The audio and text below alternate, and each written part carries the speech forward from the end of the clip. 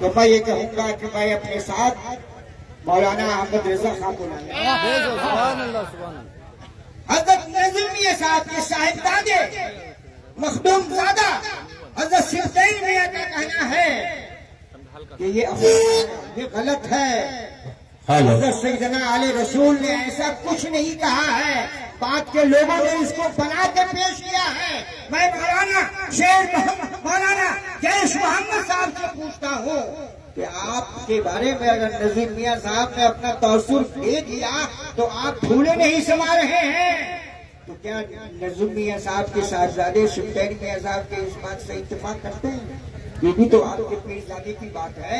اگر ہمت ہے اور جرأت ہے تو حضرت نظیم میاں صاحب کے بارے میں جنہوں نے حضرت تاج الشریعہ کی خلافت اور اجازت واپس لی، اور حضرت شفتین میاں صاحب کے بارے میں جو مسلک اعلیٰ حضرت کا مذاق بنا رہے ہیں، میری تقریر سننے کے بعد صبح کے وقت ہی آپ کو اپنا نظریہ قوم کے حوالے پیش کریں.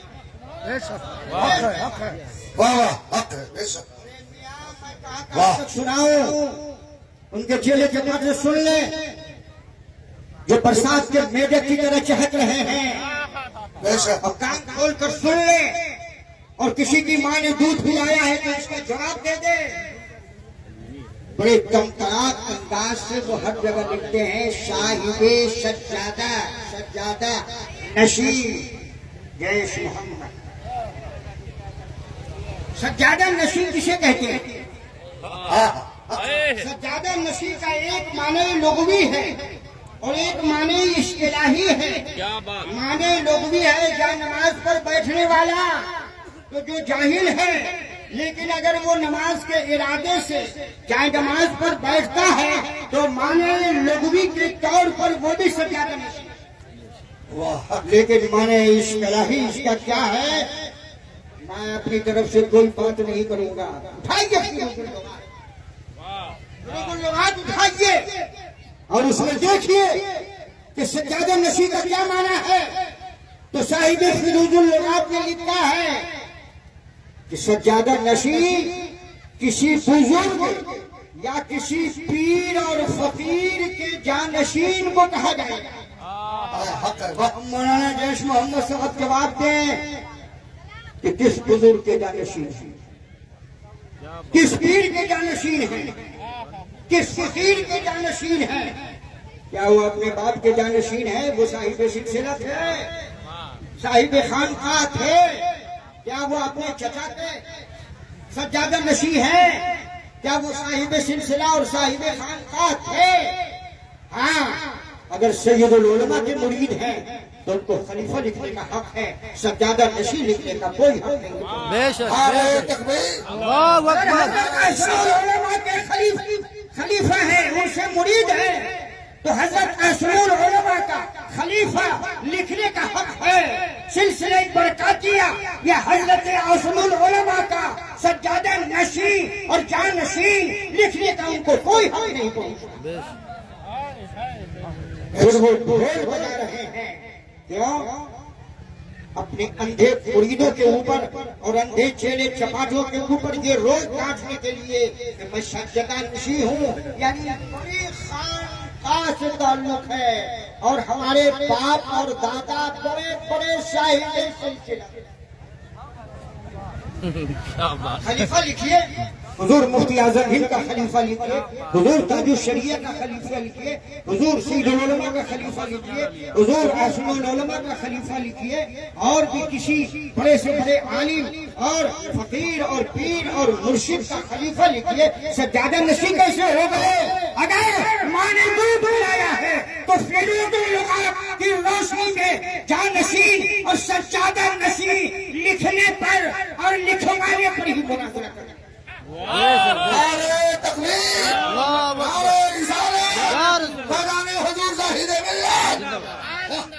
حضرت اصول العلماء کے سجادہ نشین حضرت امین ملت، حضرت نجیب ملت، حضرت سید العلماء کے جانشین حضرت نظیم میاں صاحب، حضور مفتی اعظم ہند کے جانشین اس وقت حضرت تاج الشریعہ ہے. ہاں، آپ کے جانشین، آپ کے صاحبزادے از قلم خود علامہ ہو سکتے ہیں۔ آپ کو جانشین اور سجادہ نشین لکھنے کا اور کہنے کا کوئی حق نہیں ہے۔ اگر آپ کو ضرورت ہے تو فیروز اللغہ جو کسی بزرگ یا کسی پیر اور فقیر کا جانشین ہو وہی اپنے کو سجادہ نشین لکھ سکتا ہے۔ ہاں، اگر آپ اس کو جائز سمجھتے ہیں تو کہہ دیجئے کہ میں اپنے باپ جناب جاسم صدیقی صاحب کو جانتا ہوں، کوئی اعتراض نہیں ہے۔ میں جناب مولانا محمد مولانا شیخ صاحب کا جانشین ہوں، مجھے کوئی اعتراض نہیں ہے۔ لیکن سلسلے برکاتیہ یا سلسلے رضویہ کا جانشین اور سجادہ نشین لکھنے کا ان کو کوئی حق نہیں ہے۔ اگر وہ لکھتے ہیں تو غلط لکھتے ہیں، ناجائز لکھتے ہیں، نادرست لکھتے ہیں۔ میری تقریر سننے کے بعد ان کو لکھنا اور کہنا بند کر دینا چاہیے۔ میں نے 20 مارچ کو اتنی سخت تقریر کی، میرا بچپنا آپ لوگوں کو گزرا ہے۔ جب میں مدرسہ مصباح المسلمین علی پٹی میں تھا تو ہمارے اس پورے علاقے میں اہل سنت والجماعت کا جو اتحاد تھا اس کی مثال کسی اور علاقے میں نہیں۔ شیخ بھی ہیں، انصاری بھی ہیں، رائین بھی ہیں، منصوری بھی، سب ایک پلیٹ فارم، ایک مرکز مصباح المسلمین میں نظر آ رہا ہے۔ میں نے اپنی آنکھوں سے دیکھا ہے جب مصباح المسلمین کی سالانہ میٹنگ ہوتی تھی تو سائیکل سے جناب جمشید صاحب آئے۔ اب اگرچہ مولانا ہو گئے ہوں، آپ کے بزرگ ہیں، آپ مولانا کہیے، آپ جانشین کو حق ثابت کرنے کے لیے ان کو صاحب سلسلہ مان لیجئے، اپنے والد صاحب کو بہت بڑا پیر مغا کہہ دیجئے، لیکن علاقہ جانتا ہے کہ کون صاحب سلسلہ ہے، کون پیر مغا ہے، کون کیسا ہے، کون کیسا نہیں تھا۔ ہم پر اور آپ پر تو وہ چیز چھپ سکتی ہے، لیکن علاقے کے جو بڑے بزرگ ہیں ان کے اوپر کوئی چیز نہیں چھپ سکتی۔ ادھر سے جناب جمشید صاحب آ رہے ہیں جو شیخ سے کی مزاحی سے دیکھا تو جناب حاجی شاہد جان صاحب آ رہے ہیں جو اور جب نینی سے دیکھا تو محمد عیسیٰ صاحب انصاری آ رہے ہیں، جلیشر سے حافظ حافظ نور الحق صاحب آ رہے ہیں، اور ہم نے دیکھا تو پورا کے جناب سیکریٹری عبدالوہاب صاحب آ رہے ہیں، جناب حاجی زین الحق صاحب آ رہے ہیں، اور علی پٹی کے تمام رائین برادران کے بڑے چھوٹے مشاہیر اساتذہ طلبہ اپنے ان مہمانوں کے ساتھ تواضع کر رہے ہیں۔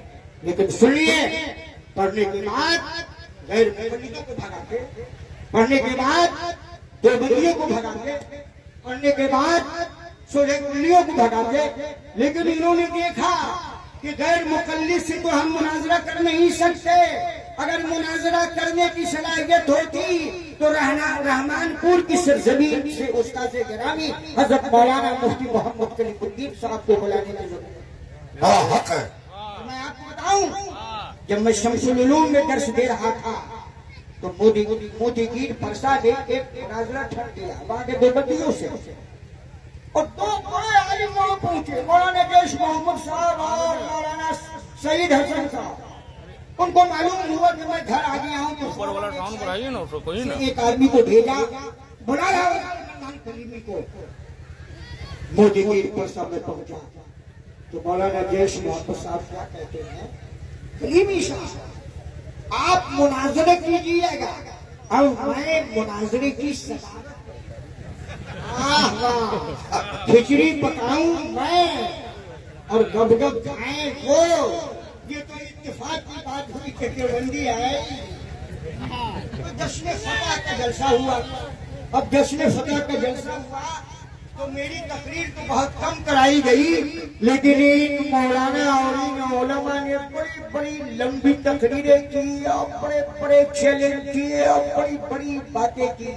تو محترم حضرات، ان کی سازش تھی کہ یہاں جماعت اہل سنت کو برادریوں میں بانٹا، قومیت میں تقسیم کر دو، میں اپنے شیخ برادری کے صدیقین سے گزارش کروں گا کہ آپ ٹھنڈے دل سے سوچئے کہ جماعت میں انتشار کس نے پیدا کیا۔ میں منصوری برادری کے معززین سے سوال کروں گا کہ جماعت میں انتشار کس نے پیدا کیا۔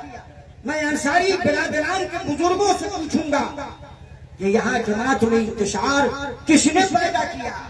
جب وہ فارغ ہو کر نہیں آئے تھے تو سب شیر و شکر کی طرح زندگی گزار رہے تھے۔ سب کا ادارہ جامعہ مصباح المسلمین تھا اور سب کے رہبر اور قائد حضرت زاہد ملت حضرت مولانا حافظ قاری طاہر حسین صاحب تھے۔ اب ان کے آنے کے بعد ہی منصوریوں نے الگ راہ لے لی، شیخ برادری کے لوگوں نے الگ راہ لے لی اور انصاریوں نے الگ راہ لے لی، اور بیچارے رائین برادر رہ گئے جو اب تک 20-30 سال سے مولوی جیش محمد کے پیدا کیے ہوئے فتنے کا دفاع کر رہے ہیں اور اس کا سب حقیقت کے اجالے میں آپ سے آج گفتگو کرنا چاہتا ہوں اور غور سنیے اور بڑی سنجیدگی کے ساتھ میری باتوں کو سمجھنے کی کوشش۔ آئیے میں آپ کو بتاؤں، جب اس معاملے کے تناظر میں روضہ شریف کی سرزمین پر جب میں نظر ڈالتا ہوں تو یہ دیکھتا ہوں کہ وہاں 3 اللہ کے ولی بے شک حق ہے۔ قدا علی، بہار علی، رحم علی، 3 بزرگ ہیں۔ تو میں نے یہ دیکھا کہ ان تینوں بزرگوں کا کشف اور ان تینوں بزرگوں کے تصرف نے اس ترائی علاقے میں 3 عالم بنا سکا۔ حق ہے۔ 3 بزرگوں کا تصرف دیکھنے میں آیا کہ انہوں نے اس ترائی علاقے کو 3 عالم، ایک شیخ برادری میں جس کو منظور ملت کہتے ہیں، اور ایک انصاری برادری میں جس کو حنیف ملت کہتے ہیں، اور ایک رائین برادری میں جن کو زاہد ملت کہتے ہیں۔ روضہ کی سرزمین پر اگر 3 ولی لیٹے ہوئے ہیں تو اس ترائی کے علاقے میں 3 عالم ربانی لیٹے ہوئے، گویا کہ ان کا تصرف ہے کہ جس طرح ہم 3 تھے ولی کی حیثیت سے، اب تم 3 ہو گئے عالم ربانی کی حیثیت سے۔ چنانچہ سنیے، مولانا منظور صاحب بھی فیض الغربا کے پڑھے ہوئے شیخ برادری سے تعلق رکھتے ہیں، ان کے خلاف مولانا جیش محمد صاحب نے آواز کیوں نہیں اٹھائی؟ اس لیے کہ وہ بھی حضرت شاہ محی الدین صاحب کے حضرت حنیف ملت کے خلاف آواز کیوں نہیں اٹھائی؟ اس لیے کہ جب وہ فارغ ہوئے ہیں تو اس وقت ان کے جلسہ دستار بندی میں حضرت شاہ محی الدین صاحب بھی تھے اور محدث اعظم ہند حضرت کچھوچوی بھی تشریف فرما تھے۔ ان انصاری عالم کے خلاف آواز کیوں نہیں اٹھائی؟ صرف رائین برادری ہی کے عالم رہ گئے تھے۔ اگر مجیبی ہونے کی بنیاد پر زاہد ملت کے اوپر آپ نے جملہ کسا تو منظور ملت کو کیوں چھوڑا؟ حنیف ملت کو کیوں چھوڑا؟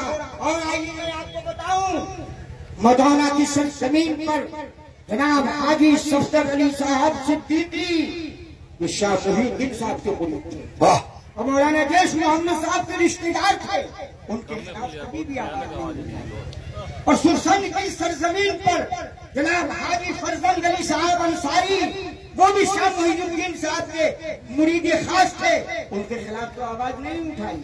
اور سرکار سلطانی شیخ المشائخ جن کو حضور مفتی اعظم ہند نے زندہ ولی کہا ہے، جن کو حضور حافظ ملت نے زندہ ولی کہا ہے، جن کو حضور مفتی اعظم کانپور نے زندہ ولی کہا ہے، جن کو حضور مجاہد ملت نے زندہ ولی کہا ہے، وہ بھی حضرت شاہ محی الدین صاحب پھلواری کے خلیفہ تھے۔ سرکار سلطانی کے خلاف کیوں نہیں آواز اٹھائی؟ کیسے اٹھاتے؟ اگر بھارت میں قدم پہنچتا اور مظفر پور کی سرزمین پر قدم پڑتا تو وہ قدم نہ آگے کی طرف بڑھتا نہ پیچھے کی طرف بڑھتا، نہ جانے کیا ہو جاتا۔ تیغیوں کو اگر جلا لاتا تو بڑے بڑے شیر کو وہ مچل دیتے اور اپنے پیروں سے گزر دیتے۔ ان کے خلاف کیوں نہیں آئے؟